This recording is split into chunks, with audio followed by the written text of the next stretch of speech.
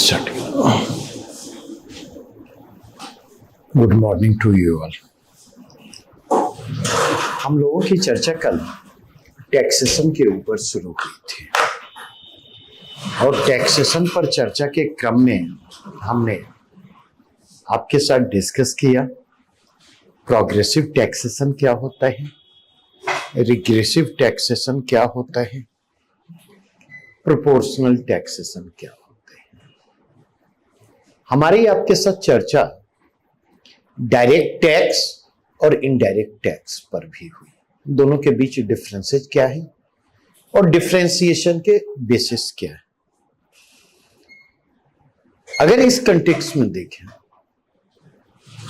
तो टैक्स जो है उसके वर्गीकरण जो है दो आधारों पर किया जाता है, या अगर हम इस कंटेक्स्ट में कहें तो हम यह कह सकते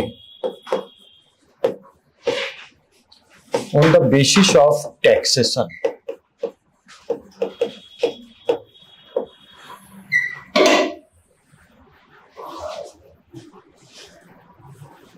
ठीक है। और यहां पर हमारे अंडर कंसिडरेशन क्या है, यहां पर अंडर कंसिडरेशन है कराधार, that is tax base. Tax base किसको कहा जाता? वह आधार जिस पर कर आरोपित किया जाता है।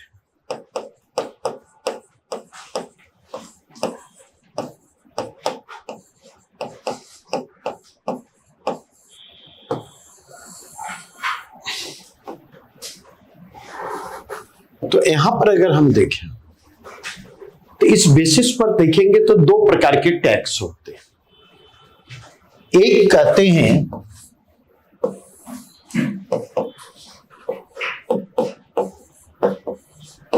एड वैलोरम, हिंदी में भी अगर रहेगा तो हिंदी में भी यही रहेगा,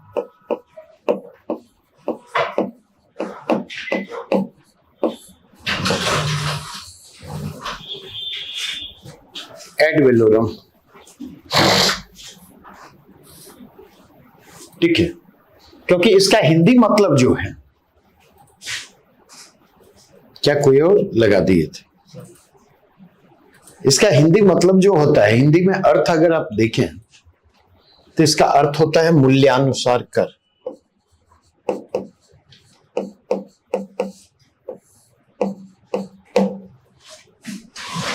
मूल्यानुसार कर। और दूसरा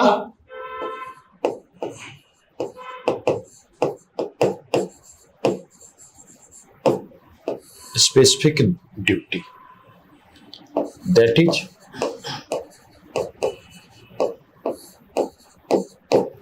विशिष्ट कर।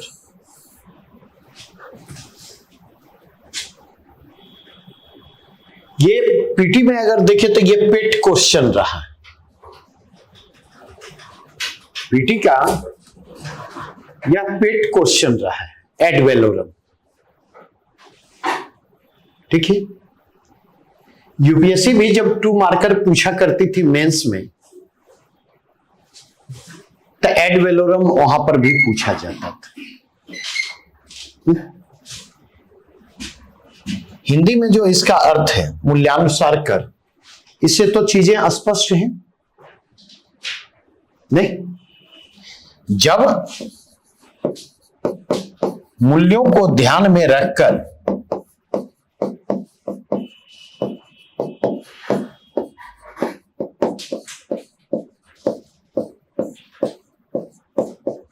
कर का निर्धारण,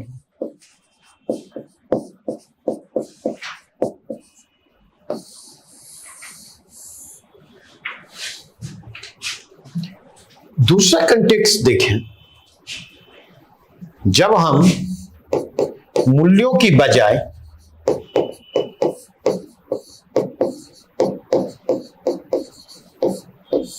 मात्रा, भार, वजन, संख्या। जब हम इनके आलोक में कर का निर्धारण करते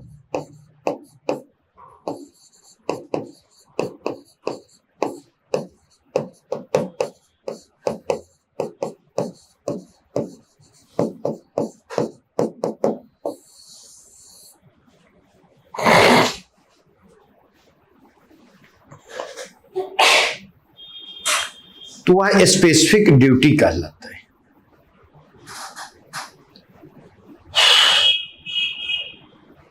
स्पेसिफिक ड्यूटी कहलाती है।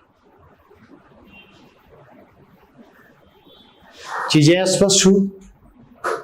कोई डाउट इसमें?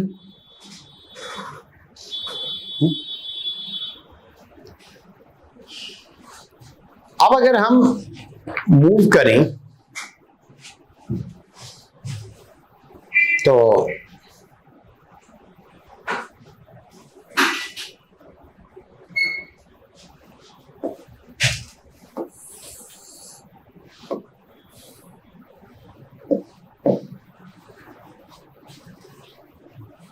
दो टर्म और यूज होते हैं, शेष उपकर करते और दूसरा सरचार्ज अधिभार करते।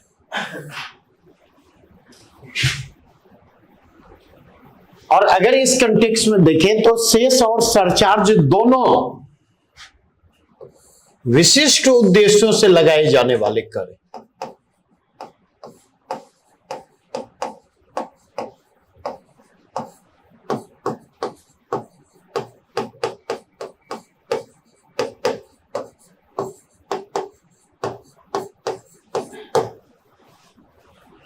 स्पेसिफिक पर्पस इनका होता है, ठीक है। तो कहेंगे शेष और सरचार्ज में, अच्छा एक और चीज ध्यान रखें, दोनों विशिष्ट उद्देश्य से लगाए जाने वाले कर हैं और दोनों की एक और खासियत होती है, ये डिविजिबल पूल के टैक्स नहीं है।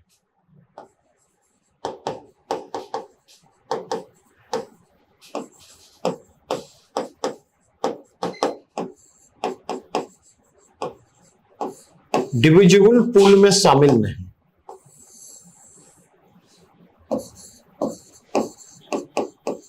विभाजनीय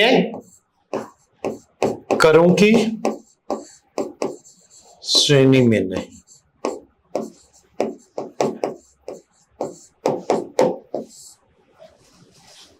इस चीज को समझिएगा।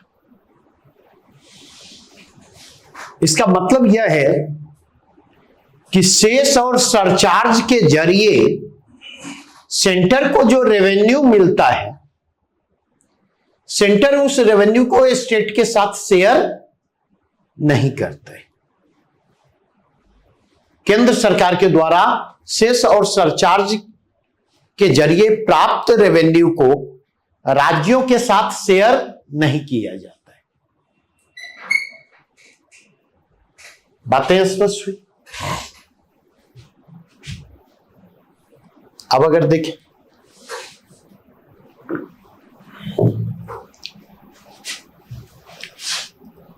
उपकर जो लगाए जाते हैं,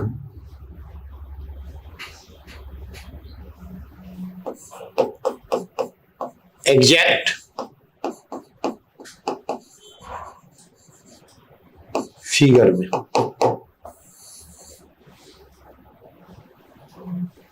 जैसे अगर आप जाकर के देखें, रोड शेष की चर्चा सुनते हैं, सड़क उपकर,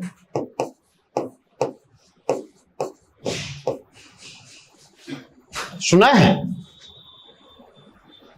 कितना है सड़क उपकर? बताइए अंशु जी। आना जाना कैसे होता है? क्या?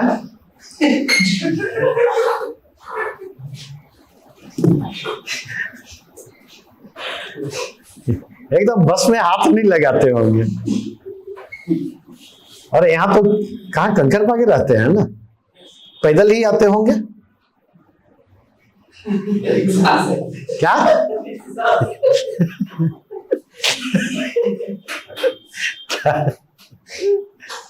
कैसे आते हैं?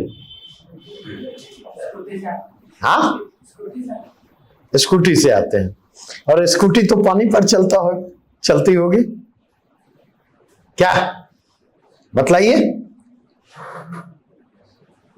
अरे हाँ ना, कुछ बोलिए ना। क्या? अच्छा, मुझे लगा ये नहीं पता है कि स्कूटी पानी से चलती है। नहीं, बिल लिया है कभी? पेट्रोल या डीजल अगर भरवाया है तो बिल लिया है? देखिए कन्हैया जी तुरंत निकालेंगे अपना हथियार। देखिए, हाँ, तो वहां पर लिखेंगे, मेरे ख्याल से डीजल पर शायद 1 रुपये प्रति लीटर है और पेट्रोल पर 2 रुपये प्रति लीटर।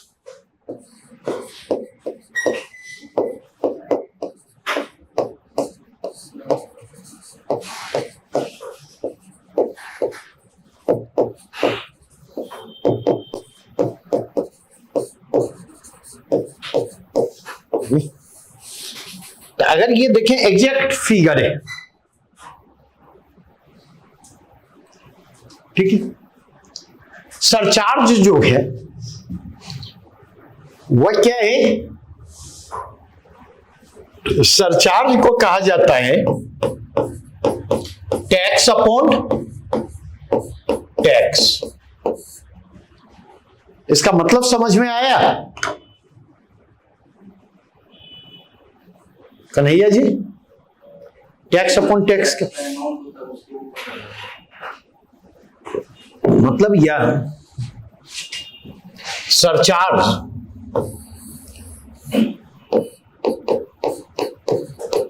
टैक्स लायबिलिटी के आलोक में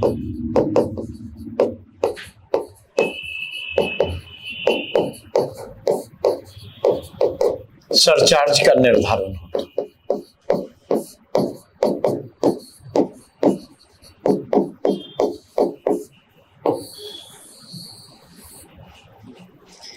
टैक्स लायबिलिटी के आलोक में सरचार्ज का निर्धारण होता है।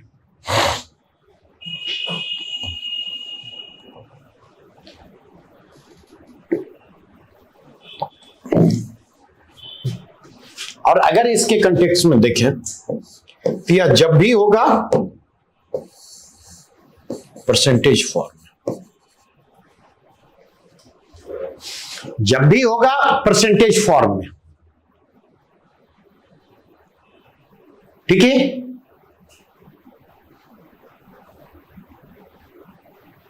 लेकिन अगर आप देखेंगे तो कुछ ऐसे भी जगह हैं जहां सेस और सरचार्ज का फर्क आपको मिटता दिखेगा। जैसे अगर बिल वगैरह लेते हो तो वहां पर क्या लिखा रहता है? 3% एजुकेशनल सेस सरचार्ज के रूप में।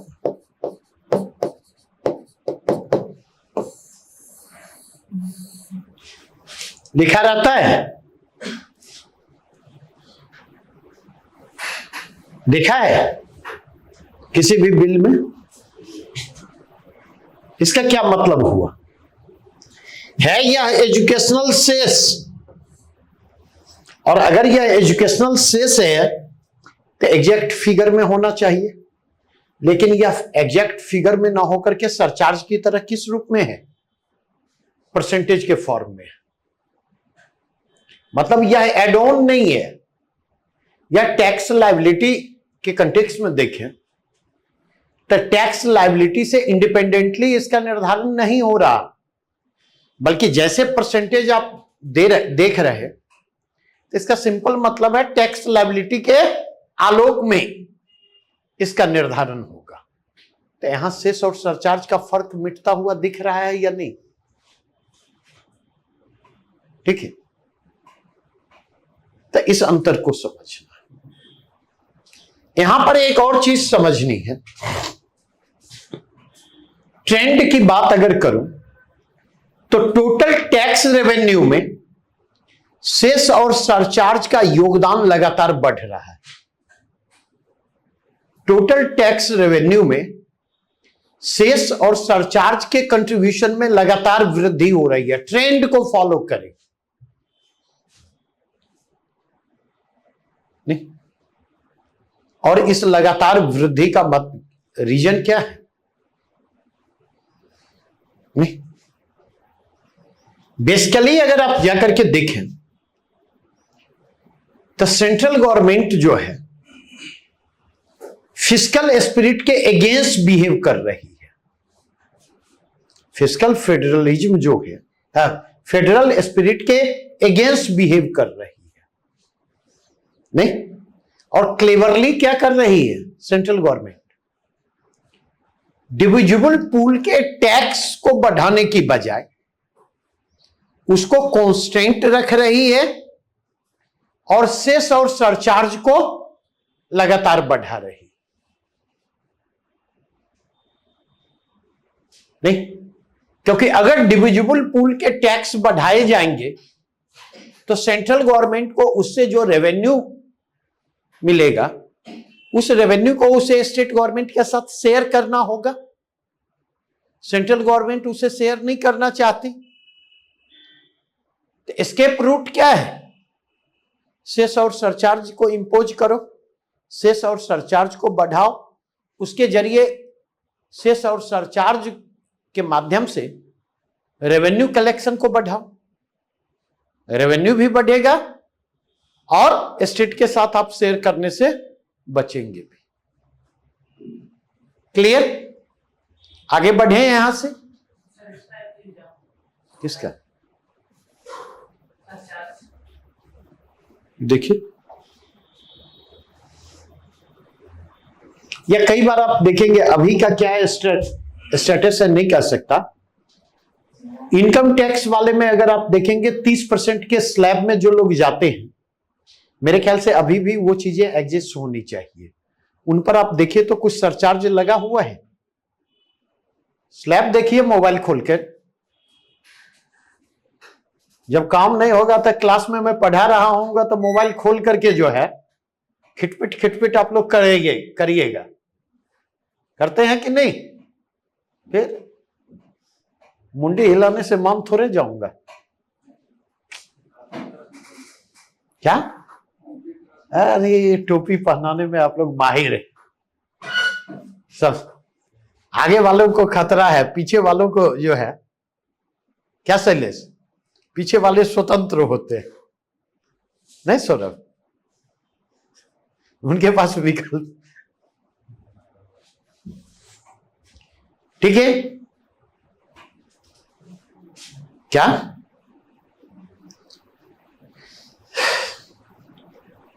बढ़े अब यहां से आगे, तब तक खटपट आप लोग कीजिए। कुछ मिला? मने मन समझिएगा, दूसरे को बतलाइएगा नहीं, पता नहीं चलना चाहिए। मौसम को लगता है मोबाइल टूट गया क्या?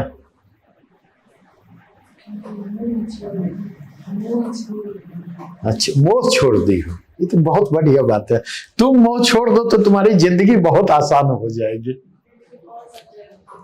लेकिन इतनी जल्दी इतना मोह जो है ना, हाँ नहीं तो मोबाइल को सिंबल बनाओ ना।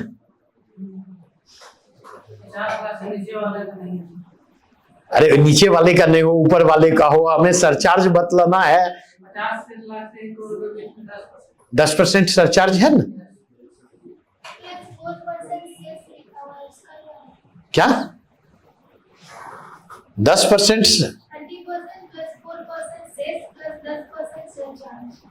हाँ, तो सेस कुछ किसी और पर्पज से होगा। अब ये तो पहले हमने आपको बतलाया कि दोनों जो है, आप अगर जाकर के देखें तो ये पहले हमने बतलाया कि सेस और सरचार्ज के बीच फर्क मिटता दिख रहा है। जैसे इस पर मेरी नजर नहीं पड़ी थी, 4% सेस है तो वो स्पेसिफिक मोटिव उसका होगा, जो भी पर्पस। अभी बजट आने वाला है ना सेंट्रल गवर्नमेंट का, नई सरकार जो आएगी, नहीं तो नई सरकार जो है बजट पेश करेगी, तो वहां पर नजर दौड़ा लीजिएगा। अब जिसकी सरकार बने, क्या मौसम, ये राज्य की बने या अवधेश राय की बने। तो अब अगर आगे बढ़े यहां से, बेसिकली देखें, एक चीज और ध्यान में रखने की जरूरत है। एक टर्म होता है वैट।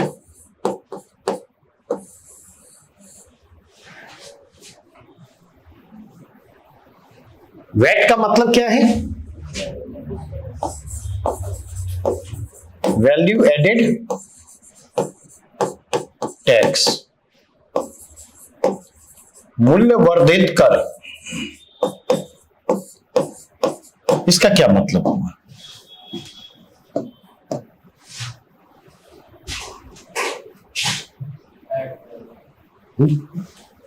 इसका मतलब है टैक्सेज ऑन वैल्यू एडिशन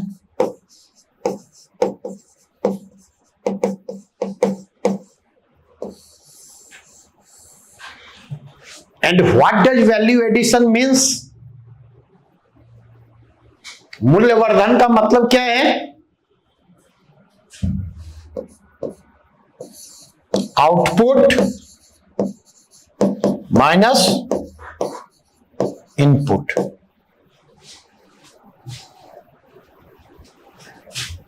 मतलब आगत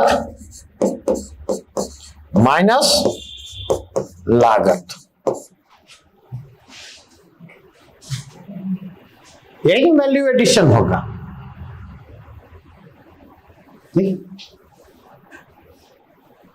अब वैट क्यों जरूरी है? वैट को क्यों इंट्रोड्यूस किया गया? आप इस चीज को समझें। अगर आप जाकर के देखें तो पारंपरिक रूप से देखें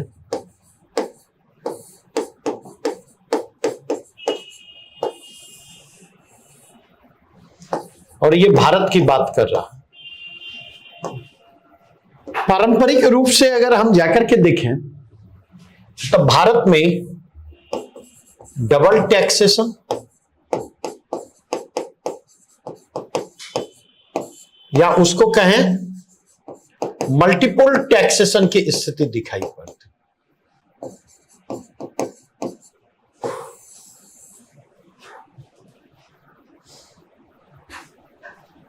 नहीं, उसको दोहरा करारोपण कर लें या उसको बहु करारोपण कर लें। डबल टैक्सेशन कहेंगे तो दोहरा करारोपण नहीं, और मल्टीपल टैक्सेशन ओवरऑल कहें तो एक से अधिक बार टैक्सेशन। अब अगर आप जाकर के देखें इसके कारण समस्या क्या आती?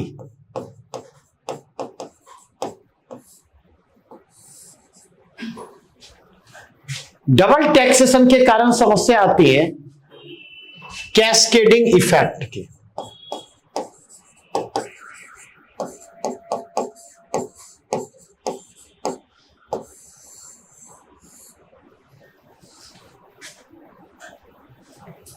कैस्केडिंग इफेक्ट की नहीं, कैस्केडिंग इफेक्ट क्या है? दोहरे या बहु करारोपण के कारण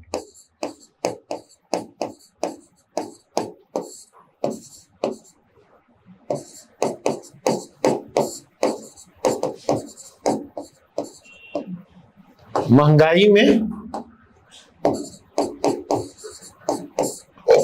होने वाली वृद्धि।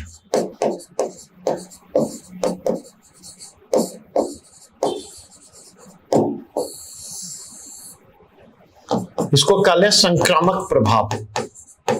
ड्राइवर के बगल में बैठे हैं फ्रंट सीट पर, नहीं, ड्राइवर आपको कहता होगा कि सर आप सो जाइए, हम ड्राइव करते हैं।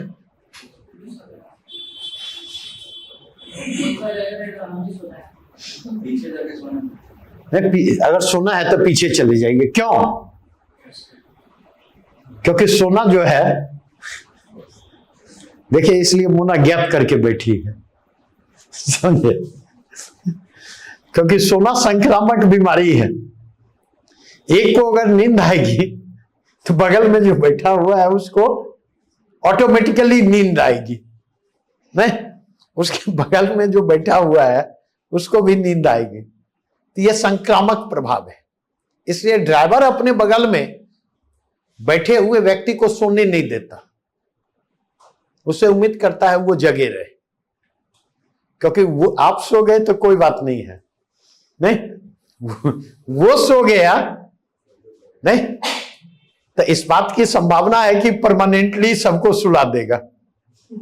और अगर बच भी गए, नहीं, तो बच भी गए तो उससे विशेष फर्क नहीं पड़ने जा रहा। तो अगर आप देखें तो इसके कारण, इस कैस्केडिंग इफेक्ट के कारण क्या होता था? इस कैस्केडिंग इफेक्ट के कारण अगर आप जाकर के देखें तो अर्थव्यवस्था पर, अर्थव्यवस्था की प्रतिस्पर्धात्मकता क्या होती थी?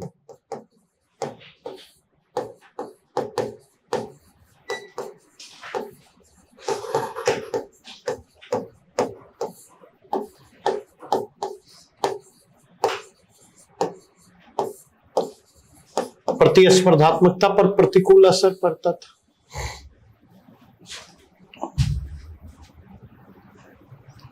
एडवर्स इंपैक्ट पड़ता था, नहीं? और इसीलिए किसको इंट्रोड्यूस करने की आवश्यकता महसूस हुई? तो वैट का पर्पस क्या था? वैट का पर्पस था, इसी तरह देखिए, लिंक करके देखेंगे चीजों को याद रखना कंपैरेटिवली आसान होगा। तो इसका पहला पर्पस था डबल और मल्टीपल टैक्सेशन को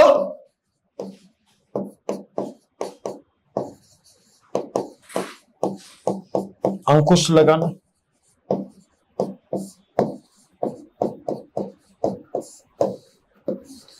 और दूसरा पर्पस क्या था?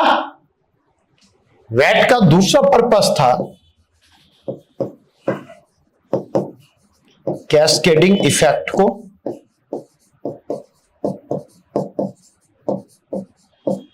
चेक करना।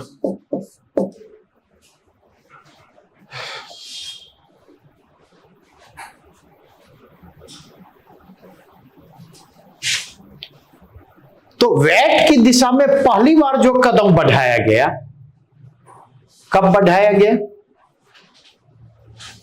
तो अगर इसके कंटेक्स्ट में देखें तो वैट की दिशा में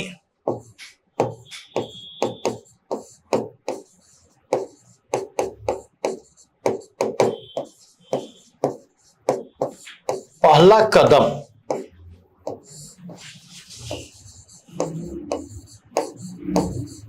मॉड वैट,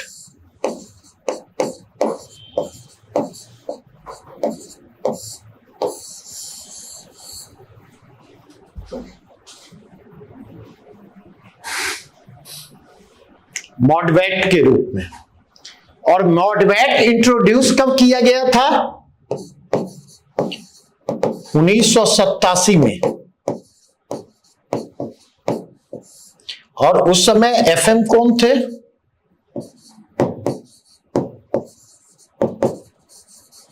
फिनांस मिनिस्टर थे वीपी सिंह और सरकार थी राजीव गांधी के।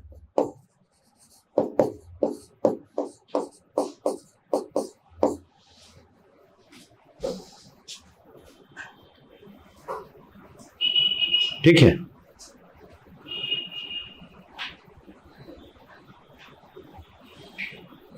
एक मूवी के बारे में सूचना इकट्ठा कर लीजिएगा,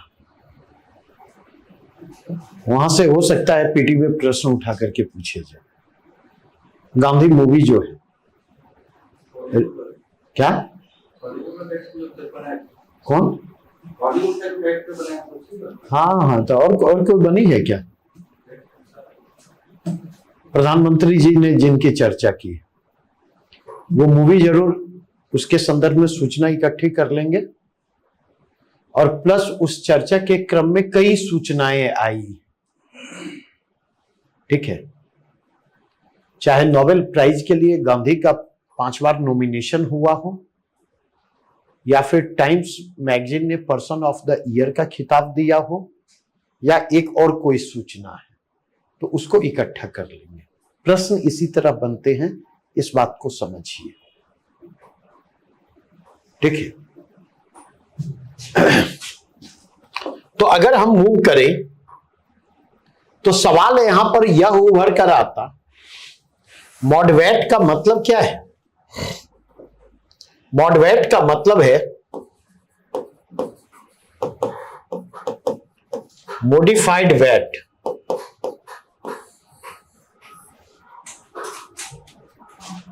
मॉडिफाइड वेट का ही शॉर्ट फॉर्म क्या है? मॉडवेट। ठीक है, अब अगर आप जाकर के देखिए इसे मॉडिफाइड वेट क्यों कहा जाता है? ठीक है, तो इसके पीछे पर्पस है। वेट को देखिए तो वेट के कैलकुलेशन का बेसिस क्या है? वेट जो लगाया जाता तो उसके कैलकुलेशन का बेसिस क्या होता? टैक्सेशन का बेसिस क्या होता वेट में?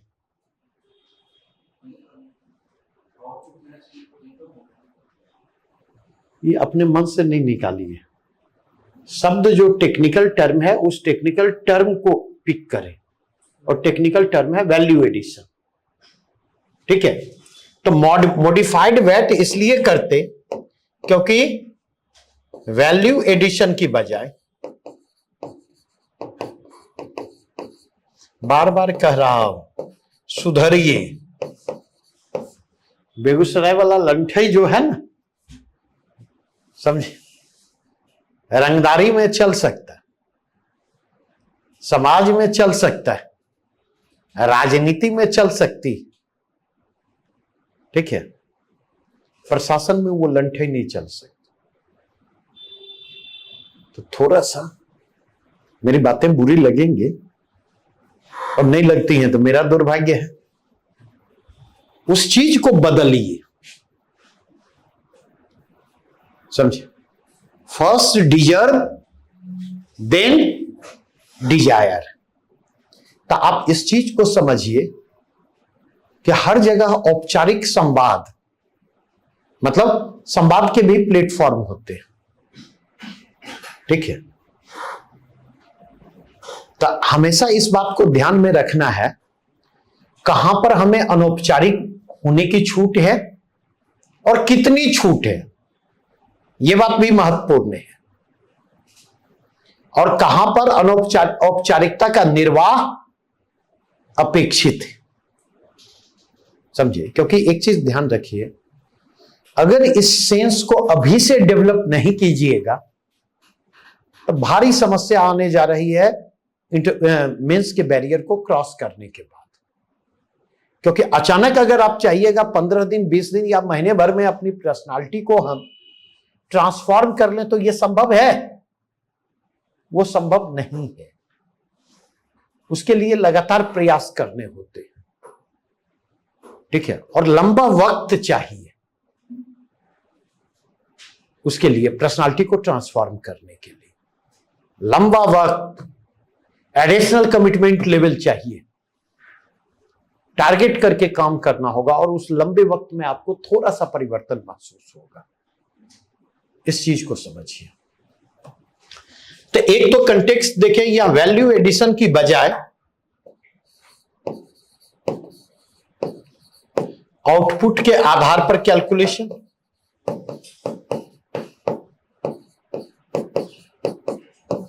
कर का आकलन होता, इसीलिए इसको क्या कहते हैं, इसीलिए इसको मॉडिफाइड वेट कहते हैं। और दूसरा रीजन यहां पर क्या है,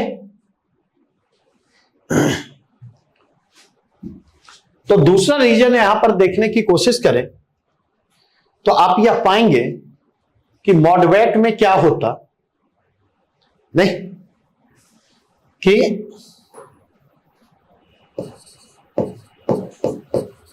पूर्व में कर भुगतान के आलोक में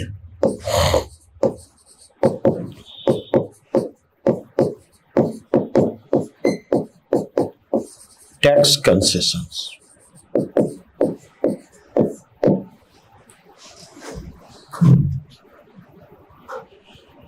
मतलब अगर आप जाकर के देखें तो टैक्स का कैलकुलेशन जो है एडेड वैल्यू पर नहीं होगा, आउटपुट पर होगा, लेकिन वहां पर यह कंसीडर किया जाएगा कि जो रॉ मटेरियल का आपने इस्तेमाल किया है वो उस पर ऑलरेडी टैक्स का भुगतान हो चुका है, इनपुट पर टैक्स का भुगतान हो चुका है, नहीं तो उसके आलोक में कुछ आपको छूटें दे दी जाती है यहां पर, ताकि आपकी टैक्स लायबिलिटी को थोड़ा कम किया जा सके। इसीलिए इसको क्या कहते हैं, मॉड वेट और मॉडिफाइड वेट। क्लियर? बढ़े हैं यहां से आगे। अब अगर आप जाकर के देखें तो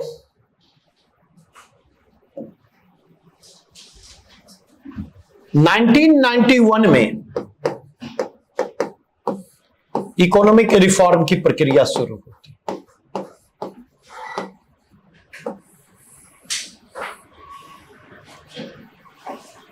ठीक है। और अगर यहां पर जाकर के देखें इस समय का टैक्सेशन सिनारियो क्या है,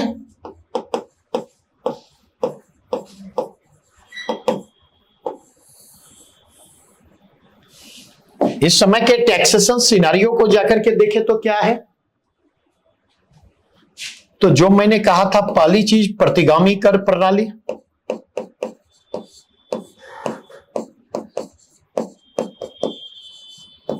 रिग्रेसिव टैक्सेशन।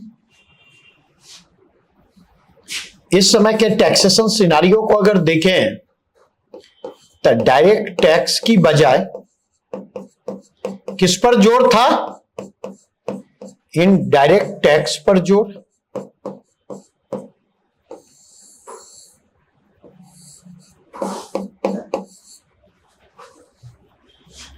इनडायरेक्ट टैक्स पर जोर। तीसरा कंटेक्स्ट अगर हम जाकर के देखें तो तीसरा कंटेक्स्ट यहां पर क्या उभर कर आता, मल्टीपल टैक्सेशन की स्थिति थी।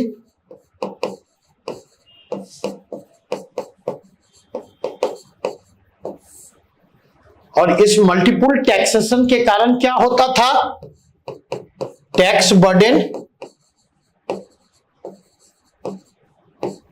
बहुत ज्यादा था।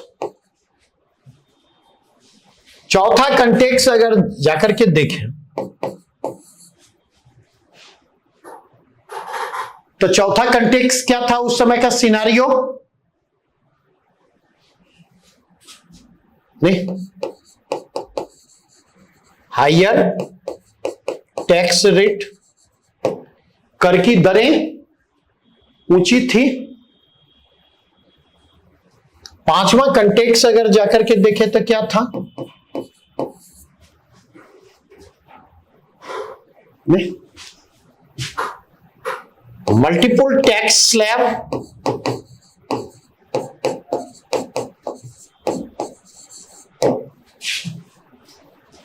नहीं, टैक्स के कई स्लैब थे। और इसके कारण अगर देखें तो एक कॉम्प्लेक्स सिनारियो इमर्ज करता था।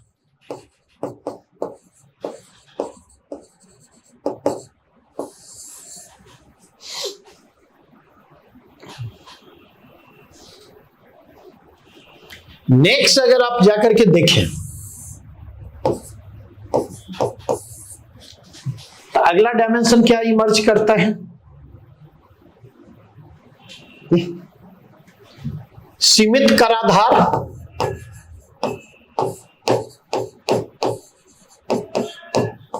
लिमिटेड टैक्स बेस था, करारोपण के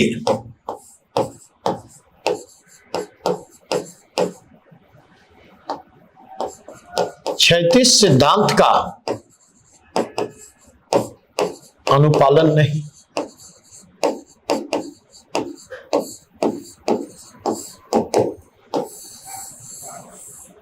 हॉरिजॉन्टल थ्योरी ऑफ टैक्सेशन, ये क्या है? कोई बतलाएंगे? करारोपण का क्षैतिज सिद्धांत क्या है? बतलाइए शैलेश जी।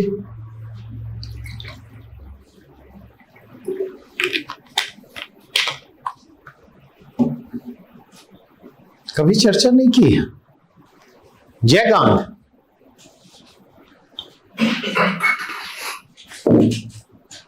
मुझे भी आश्चर्य लग रहा है, मतलब एकदम मैंने भी पढ़ाना लिखाना बंद कर दिया है। क्या अंशु जी चर्चा नहीं की है? अरे डुबकी मत मारिए, कभी चर्चा हुई है? इकोनॉमी के 3 सेक्टर हैं। देखिए बत्ती कैसे जलेगी। इकोनॉमी के 3 सेक्टर हैं, प्राथमिक, द्वितीयक, तृतीयक। इनका जीडीपी में योगदान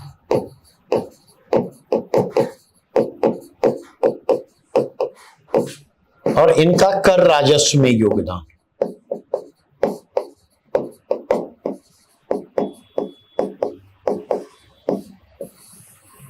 दोनों में कोई तालमेल है? बतलाइए, कायदे से क्या होना चाहिए? अर्थव्यवस्था के इन तीनों क्षेत्रकों का जीडीपी में जिस अनुपात में योगदान है, उसी अनुपात में इनका योगदान टैक्स रेवेन्यू में भी होना चाहिए, नहीं? लेकिन अगर आप यहां पर जाकर के देखें 1991 के पहले का परिदृश्य क्या है?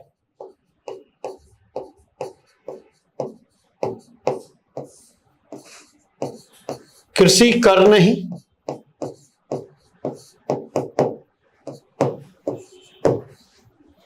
एग्रीकल्चर सेक्टर उस समय टैक्सेशन के दायरे से बाहर था, और आज भी agricultural sector agricultural income taxation के दायरे से बाहर है, नहीं? दूसरा अगर आप देखें, नो सर्विस टैक्स, उस समय सेवा कर की कोई अवधारणा नहीं थी, नहीं? तो इकोनॉमी में जो मेजर कंट्रीब्यूशन है अर्थव्यवस्था में, जिन क्षेत्रकों का कंट्रीब्यूशन मोर देन 70% है, जो जीडीपी में मोर देन 70% कंट्रीब्यूट करते, उनका टैक्सेशन में कंट्रीब्यूशन, टैक्स रेवेन्यू में कंट्रीब्यूशन क्या है? एग्जैक्ट 0। तो ऐसी स्थिति में अगर आप जाकर के देखें, नहीं, पूरा का पूरा बर्डन, टैक्स बर्डन किसके ऊपर होगा?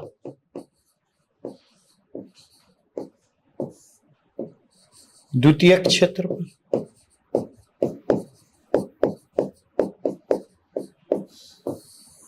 जो विनिर्माण और इंडस्ट्री है उन पर जोर होगा,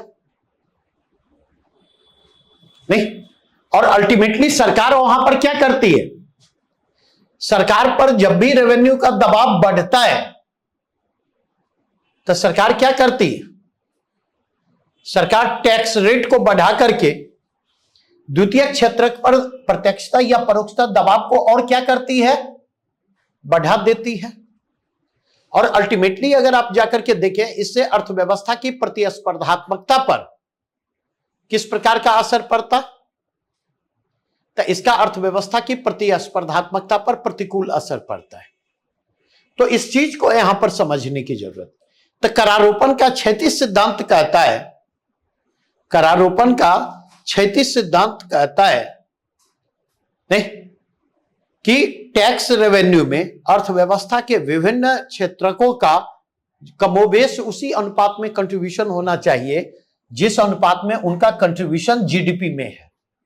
अगर ऐसा नहीं है तो इसका मतलब हॉरिजेंटल थ्योरी ऑफ टैक्सेशन का कंप्लायंस नहीं हो रहा है। अब बातें समझ में आई या नहीं? यहां से अगर हम मूव करें तो हम क्या पाएंगे,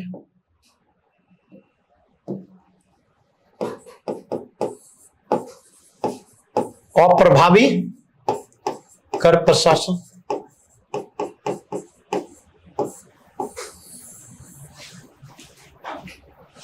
कर प्रशासन की प्रभावशीलता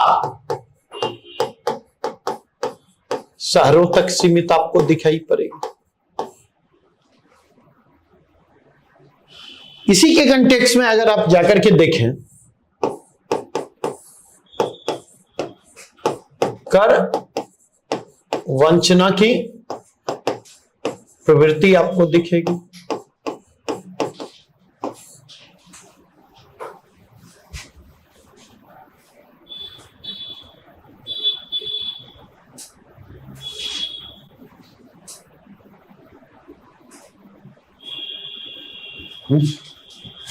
अगेन अगर आप जाकर के देखें तो उस समय का जो आपको सिनारियो दिखता है वह क्या दिखता,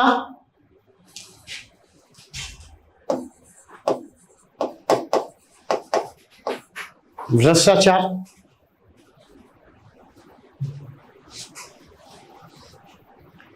टैक्स एडमिनिस्ट्रेशन में देखेंगे करप्शन चरम पर दिखाई पड़ेगा। तो अल्टीमेटली अगर आप जाकर के देखें तो इकोनॉमिक रिफॉर्म की जो यह प्रक्रिया शुरू होती, तो इकोनॉमिक रिफॉर्म के आलोक में देखें आवश्यकता किस बात की महसूस की गई, 1991 में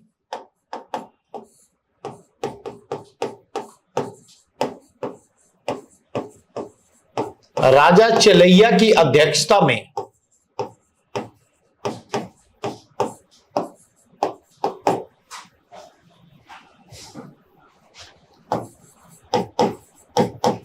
आयोग का गठन किया गया, जिस आयोग को टैक्स रिफॉर्म के प्रश्न पर विचार करना था।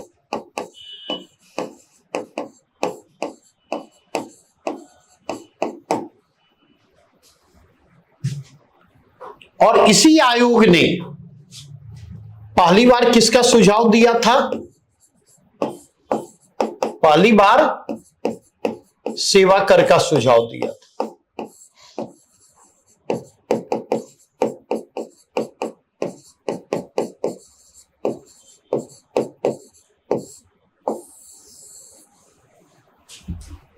पहली बार इसने सेवा कर का सर्विसेज टैक्स का सुझाव दिया था।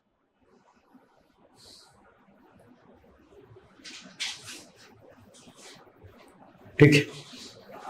और अगर आप देखें तो यहां से जो टैक्स रिफॉर्म की प्रक्रिया शुरू होती, इस टैक्स रिफॉर्म का अल्टीमेट गोल क्या था,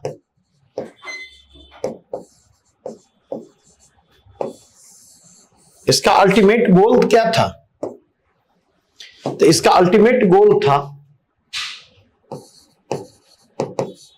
uniform taxation on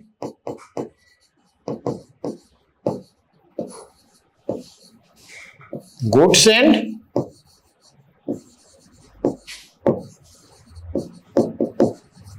services, that is GST। जो जीएसटी की व्यवस्था कब लागू की गई, 1 जुलाई 2017 से लागू।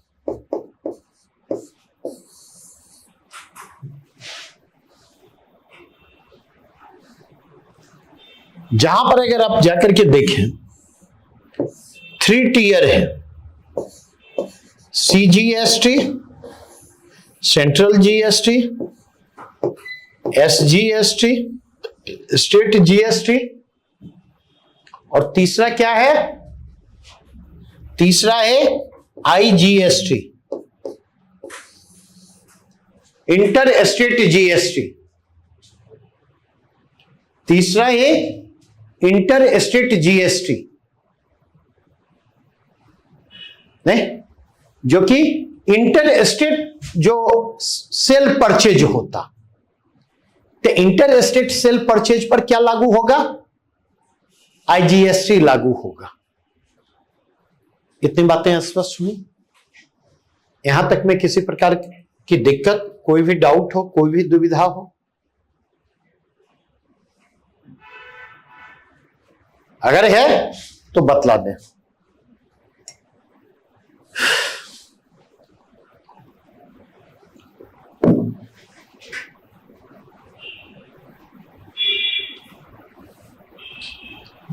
एक और टर्म है,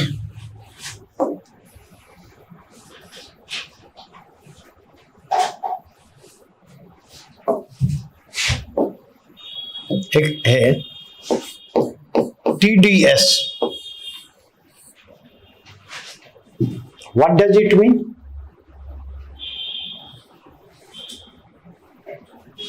इसका मतलब टैक्स डिडक्शन ऑन सोर्सेज।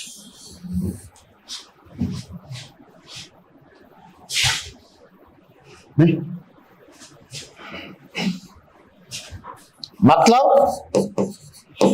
आय जहां से ओरिजिनेट हो रहा है, आय जहां से ओरिजिनेट हो रही है, वहीं पर कर में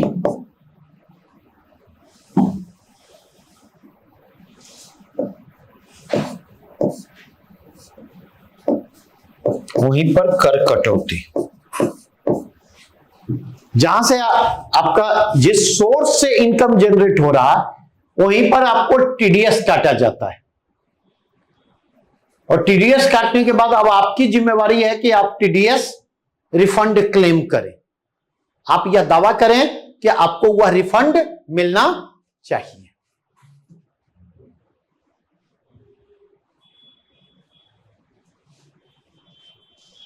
क्लियर? कोई डाउट है यहां तक में?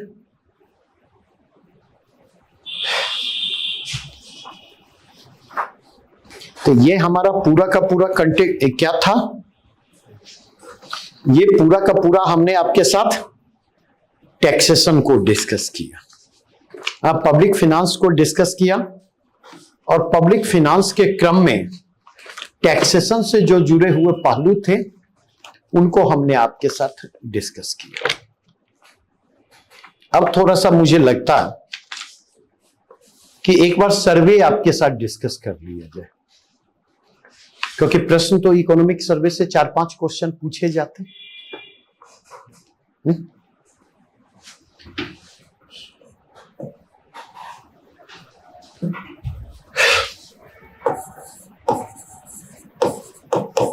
पढ़ के आए हैं?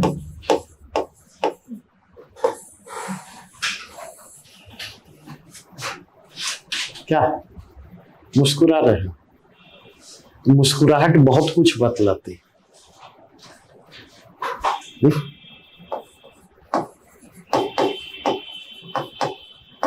नहीं पढ़ के आए हैं तो फिर लेने का कोई मतलब नहीं।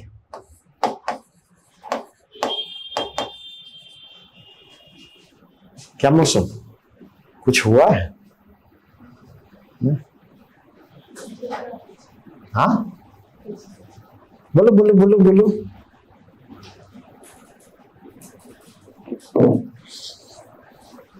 कल कहा था इकोनॉमिक सर्वे पढ़ के आने या नहीं? तो पढ़ के आई होगी।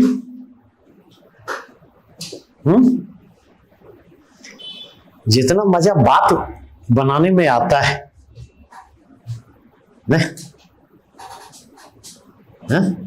कम से कम उसका 10% इधर दो ना।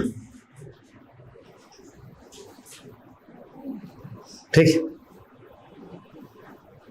क्योंकि एक चीज ध्यान रखना, पैसा वही तुम्हारा होगा जो अर्न करोगे। ठीक है, ये चीज हमेशा ध्यान रखना। लड़का कितना भी अच्छा हो, जिससे शादी हो जाए, नहीं, कितना भी कमाई करने वाला हो, उसका पैसा तुम्हारा पैसा नहीं है, क्योंकि वहां पर हिसाब किताब तो देना ही होगा ना। ऐसा है नहीं देना होगा? नहीं, और बीच बीच में जो है एहसास भी दिलाया जाएगा। तब उसके लिए अपने आप को तैयार कर लो। क्या चंदा देख के आई हो? हाँ, किसी ने नहीं देखा? एक तुमने देखा? क्या देखा? एक प्रश्न पूछ रहा हूं, बतलाइए। आंकड़े जो कह रहे हैं,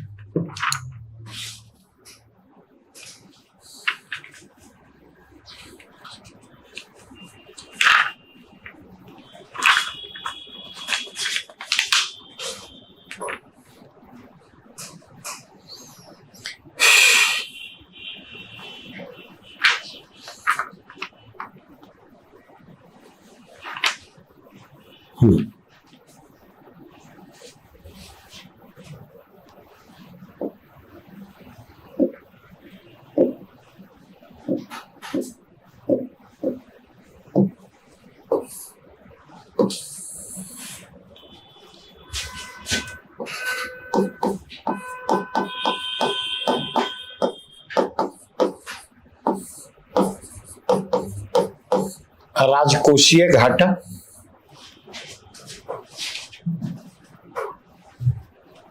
दूसरा ट्रेंड जो रहा है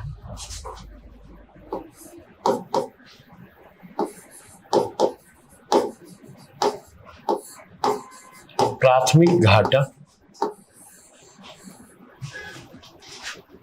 तीसरा पेज नहीं पलटना है, कॉपी नहीं पलटनी है किसी को। तीसरा है राजस्व घाटा।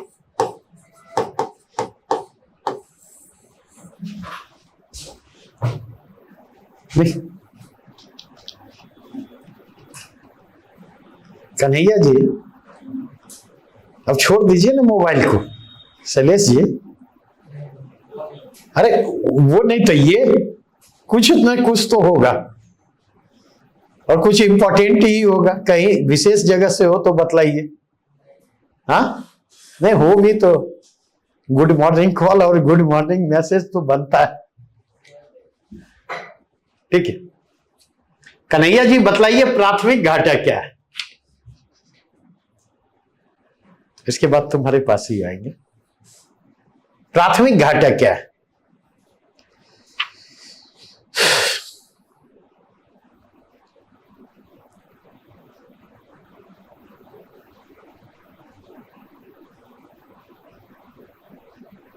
निधि,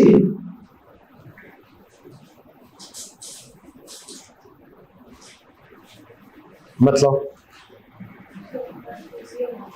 क्या? नहीं, राजकोषीय घाटा खिलाने के लिए आम है, और तुम कहो कि हमें अमरूद खाना है, तो कहां से आदमी खिलाएगा?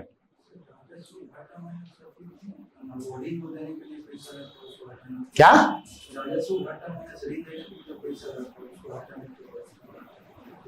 इसको कहते हैं भूत खिलाना। कभी गांव वगैरह में भूत खिलाते देखे हो? हाँ,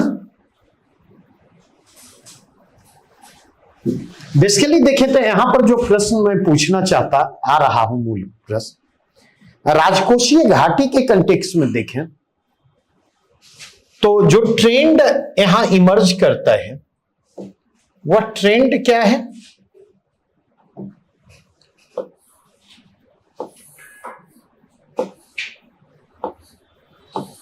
2020-21, इनफैक्ट 21-22,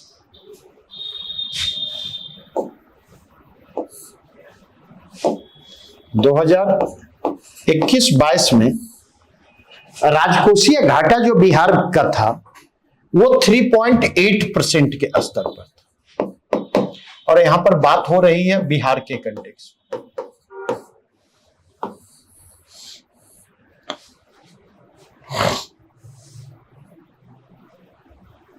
2022-23 में देखें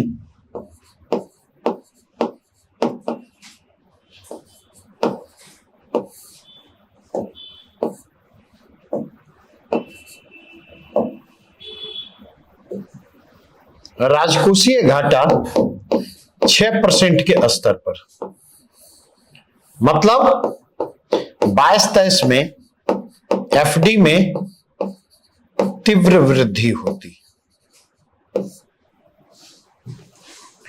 और 2023-24 का जो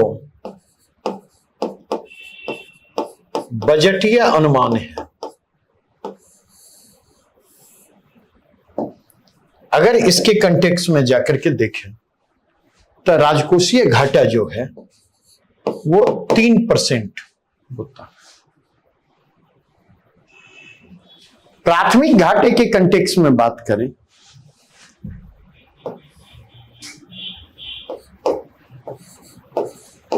दो 2021-22 में 1.7% होता, 2022-23 में प्राथमिक घाटा 3.9% होता और 2023-24 में जो बजट एस्टिमेट है यह 0.8%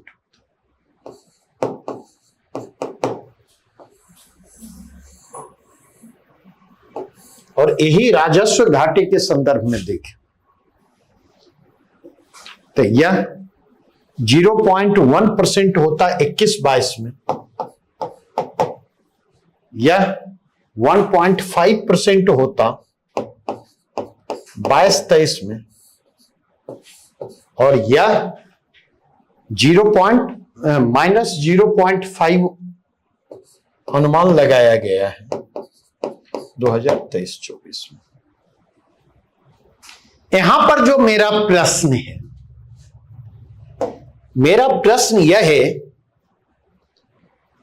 कि यहां पर 2022-23 में जो राजकोषीय घाटे में वृद्धि है, तीव्र वृद्धि है, अनिबुल नहीं लग रहा? नहीं, मतलब अगर 2020-21 की बात करें तो बात समझ में आती है कि वो कोविड के कारण ऐसा होता है। कोविड के कारण जो है टैक्स रेवेन्यू में तेजी से गिरावट आती है और पब्लिक एक्सपेंडिचर तेजी से बढ़ता है। ये तो 22-23 अगर आप जाकर के देखें तो नॉर्मल पीरियड है। तो 2022-23 में अचानक राजकोषीय घाटा 3.8% से बढ़कर कहां पर पहुंच गया? तो यह 3.8% से बढ़कर के यह कहां पर पहुंच जाता? 6% के स्तर पर। ऐसा क्यों होता है? इसका कारण बतला दीजिए जो लोग सर्वे पढ़ करके आए, क्योंकि प्रश्न ट्रेंड में इसी तरह से पूछे जाएंगे।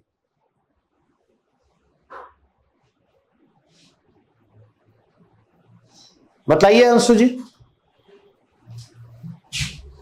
अरे इधर मैं हूं, कहां उधर आप ध्यान लगा रहे हैं पिलर को देख के?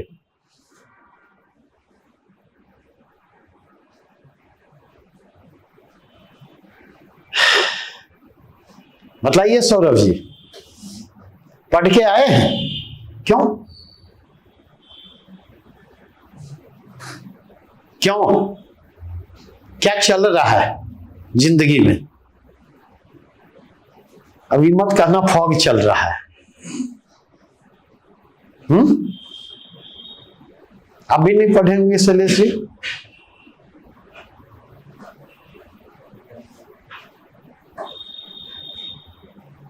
तो नहीं पढ़े हैं तो आज यहीं पर रोकूंगा। ठीक है, हर हालत में कल सर्वे पढ़ करके आना है, तब मैं स्टार्ट करूंगा, नहीं तो नहीं करूंगा। बड़े क्लियर, उसे बढ़िया है, मत आइए। मतलब मुश्किल से सर्वे के पूरे चैप्टर को पढ़ने के लिए 1 घंटा चाहिए। पब्लिक फिनांस 1 घंटा से 1 मिनट ज्यादा नहीं चाहिए, और वो समय भी आप लोग निकाल नहीं पा रहे, नहीं निकल रहा है ना।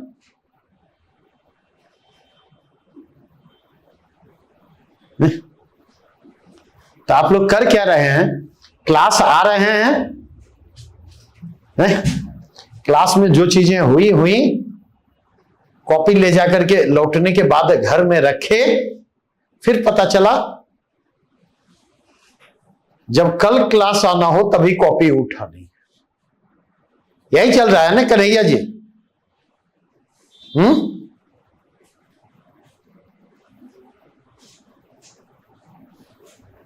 तो ये गलत चीज है, ये नहीं चलेगा। इसलिए इसको पढ़ करके आइए, हर हालत में पढ़ करके आना है, तभी मैं शुरू करूंगा, अदरवाइज 5 मिनट में भी कल छोड़ दूंगा। That's all.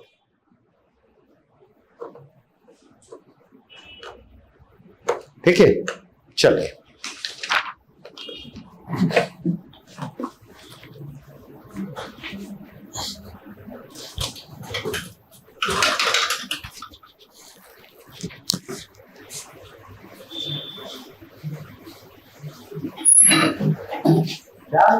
सो रहे